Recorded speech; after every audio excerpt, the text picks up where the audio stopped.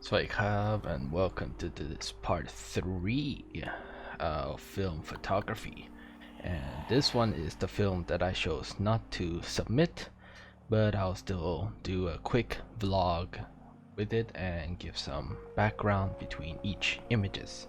So with the first image here, with rolling just one click, I know that it will be half frame, so I try to purposefully frame this shot as if only the top half of the image will be exposed. So with the photo exposed here, I think it turned out quite well with an extra of this yellow that feels like it's burning up the building that I quite like a bit.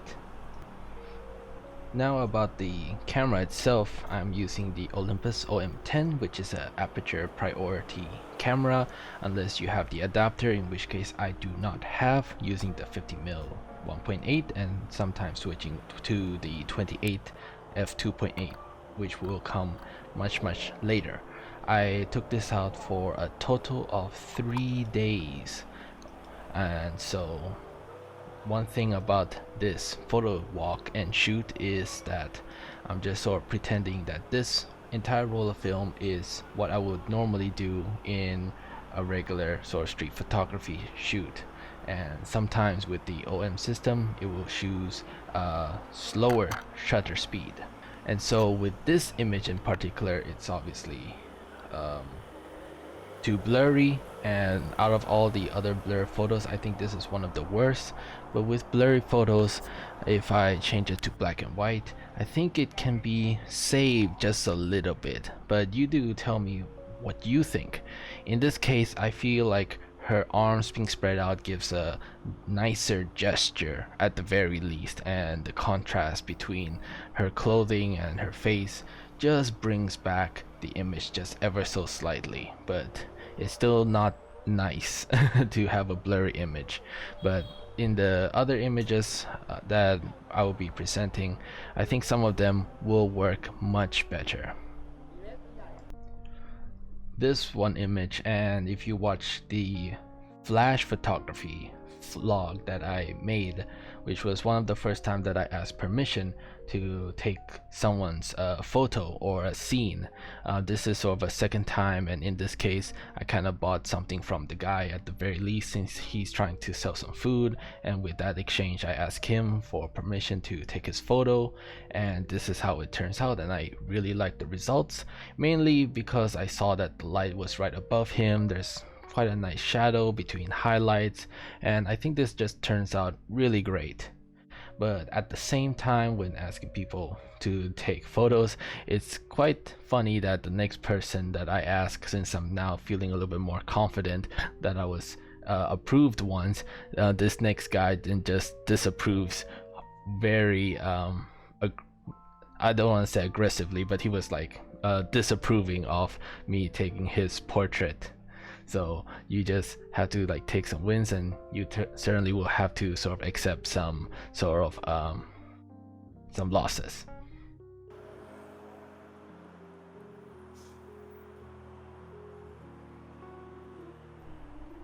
This one was another photo where I was just waiting for something to happen and I saw them coming. Sadly, I was focused on the taxi instead of the two people coming in. I was a little bit happy that the shutter speed still was selected at a proper speed to keep them in focus, but turning it to black and white, I think it looks a little bit better. The eyes have nice contrast between their skin, which feels like it gives a little bit more sharpness. But do let me know again how you feel.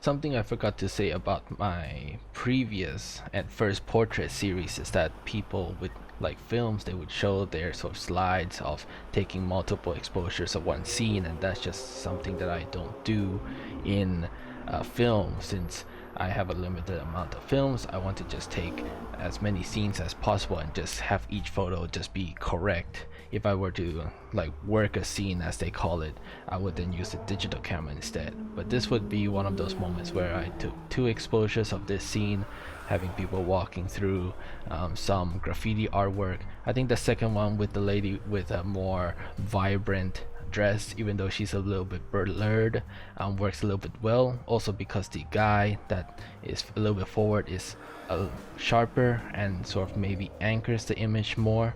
So we have like a sharp guy and then a blurry lady.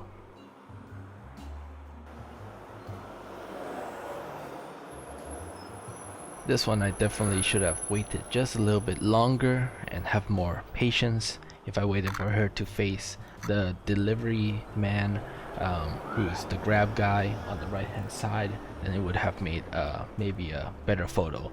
But with her face facing away even more, maybe it gives a little bit more mystery. But I think her facing towards the grab guy will be a much preferred scene.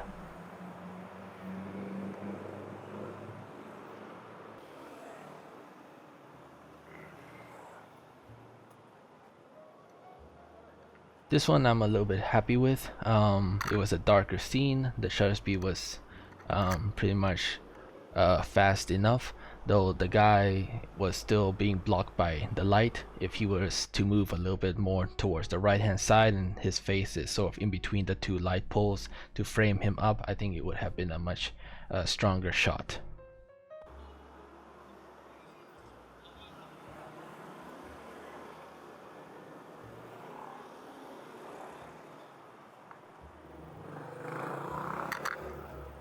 The next section here again, it was much darker once again, and the bikes and bicycle was sadly a little bit blurry.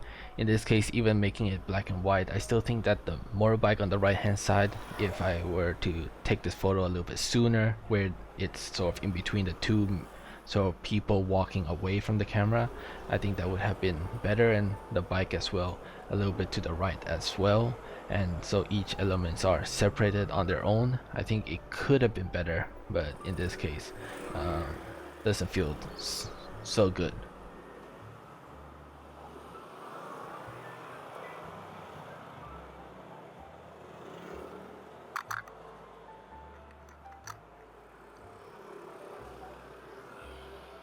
Here now I try to move around and just find a spot that is have more lighting, just for that faster shutter speed and to get proper exposure. I think this one works a little bit better.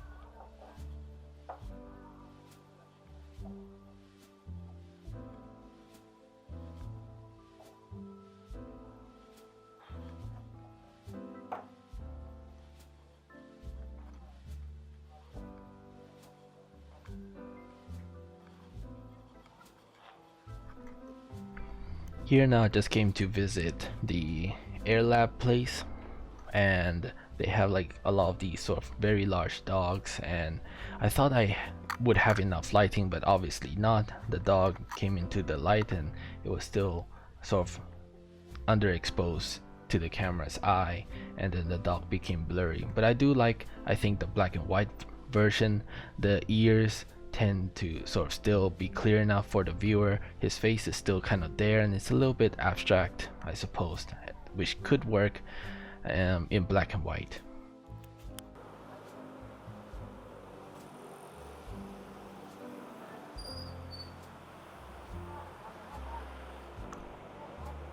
This one is one of the more creepy ones that I think I would describe it, especially when I turn it into black and white and we just get emphasize on the shapes in his eyes. and then it became more artificial in the mouth, as if his lips is just popping out a little bit more. And I think it's like really creepy now that it's in black and white. In color, there was what I would describe as potential, that his friends are sort of standing still and they're sharp, while the guy on the left is blurred. But now that it's in black and white, I think I really like this photo as a um, what do they call it, like an accidental good photo. I forgot.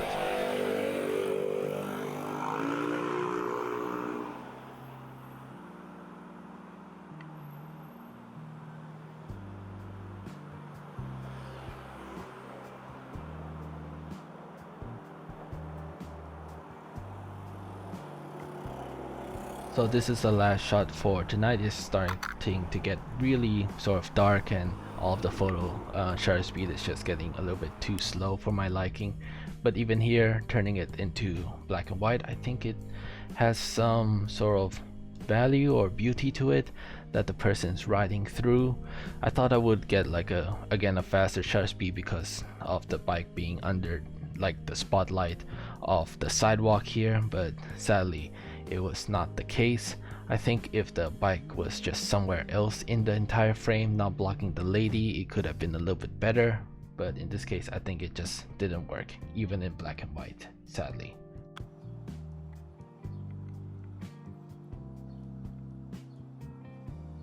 So this is just the next day, golden hour, or more like blue hour at this point. The sun is setting and I'm at this temple, and one thing that I do like to do with my photography is sort of try to do this architecture where it's mixed between traditional architecture of temples and the sort of more modern skyscrapers. So that's the kinds of scenes that I have been looking for throughout this time.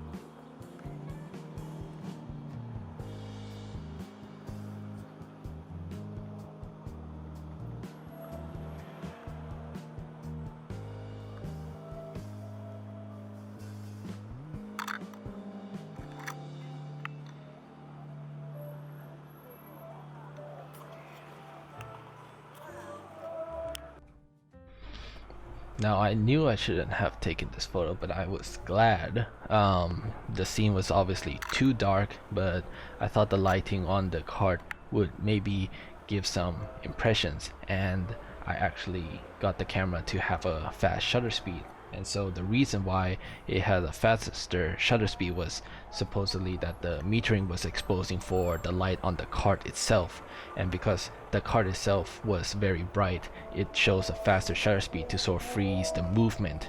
And because of that, then the people, even though they're a little bit underexposed, I think they were still sort of captured sort of sharp enough to sort of make the photo work. And I was a little bit happy about this image in particular. Didn't try for black and white, that maybe give like a little bit more shape, but I will try that later.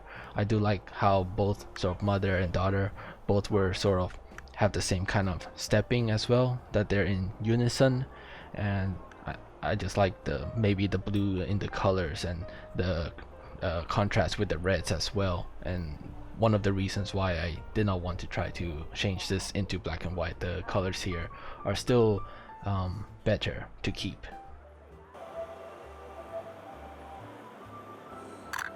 Now this is just an absolute underexposed mess. Again, it tried to expose for the headlight of this motorbike, so everything else was underexposed. Absolute garbage. So I ended the shoot for the night here, and then I went on to use my digital camera and try a little bit of flash photography, which I think I presented in a previous vlog of flash photography for the first time, and asking permission once again to shoot a couple of people.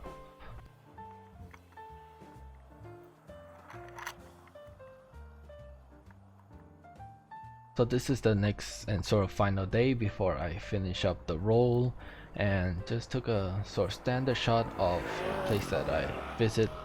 I was a little bit surprised looking at the image here that it was quite out of focus. I just don't know how or why it even happened. Like, nothing is going on here, and I was like very disappointed in myself.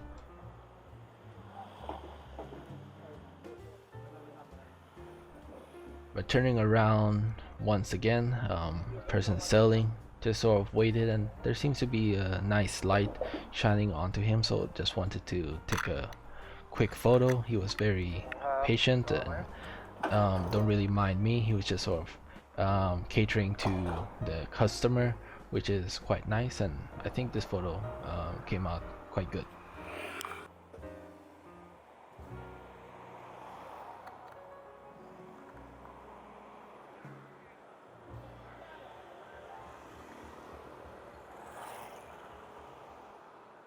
Here I waited for the man to just walk into the frame, but sadly I sort of far focused him and he turned out to be blurred. But changing it into black and white and increasing the contrast a bit, I think it sort of saved the image just by a little bit. But you can comment below again if sort of this black and white saved the image or not. And I really like this sort of shop now. Seeing that the tree is literally growing out of the shop, it's just very interesting to see.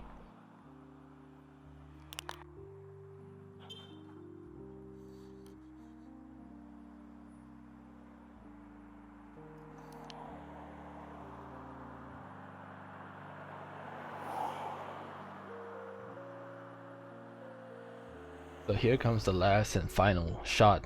Because before, all of this condominium that you see behind this shop was that there's a lot of these small shops just like the one that you see before you, but they all have sort of moved out and moved on because the land has been sort of bought up. But some of these shops still remain here, as you can see, and I felt it was quite important to sort of document, and being able to sort of photograph like the contrast between like the older buildings here with the more modern condominiums above. And I was just sort of trying to check out the different possible angles that I could photograph, but then suddenly the camera actually sort of locked up, and I was sort of quite confused because my Vivitar used to lock up, and now it's happening on my Olympus camera, and I fear that maybe I sort of clicked it the wrong way, and then now that it thinks that I need to keep winding it more, but it just can't. So basically what I did was wind down the camera all the way back to 0 and then re-rolled it up, and then of course covered the lens so that the image that I have taken is sort of preserved. And because it's an aperture priority camera, it sort of believed that the scene was super dark, so all of the shots that I had to take until shot 27 was basically a second long. And then when I reached to like shot like 27 to take a photo again and then continue, because I thought this roll had 36 shots, it locked up again. And only then, even though I literally sort of opened up the camera to then put the film in again, I forgot to check the actual cartridge that it only had 24 exposure. So then in my last shot I took a double exposure, and then so this was the result. And it's like, damn, I really do like this shot. It's just a happy accident once again, and just the bike in the middle, the architecture of like the buildings coming together. I showed this to a friend of mine and he sort of described it that it just felt like Inception, which I totally agreed. and I just find this to be super cool. And now I'm interested in double exposure photography. The Fujifilm X-T1 has a double exposure feature, and I rarely play with that feature. But now, like, okay, I could sort of do this all over again with film, but maybe I would sort of try my luck with the digital X-T1 and do some double exposure photography and explore like the different possibilities now. So, was it a mistake to not submit? Well, no regrets, definitely. Definitely like a lot of blurry images that I wouldn't want to submit, but I had one roll that all 36 photos I hated, and it's like that felt really bad. So this roll, I think it's over 50%, and a lot of happy accidents that just gives me some sort of hope. I don't want to say happiness too many times, but certainly some hope to continue with film photography in the future. Well, that is the end of this roll of film. And also, by the way, now that we're at the end, this was using the Kodak Ultramax 400 film with the Olympus OM10 with the various 50mm and 28mm. With that said, I will see you all next time. Bye for now.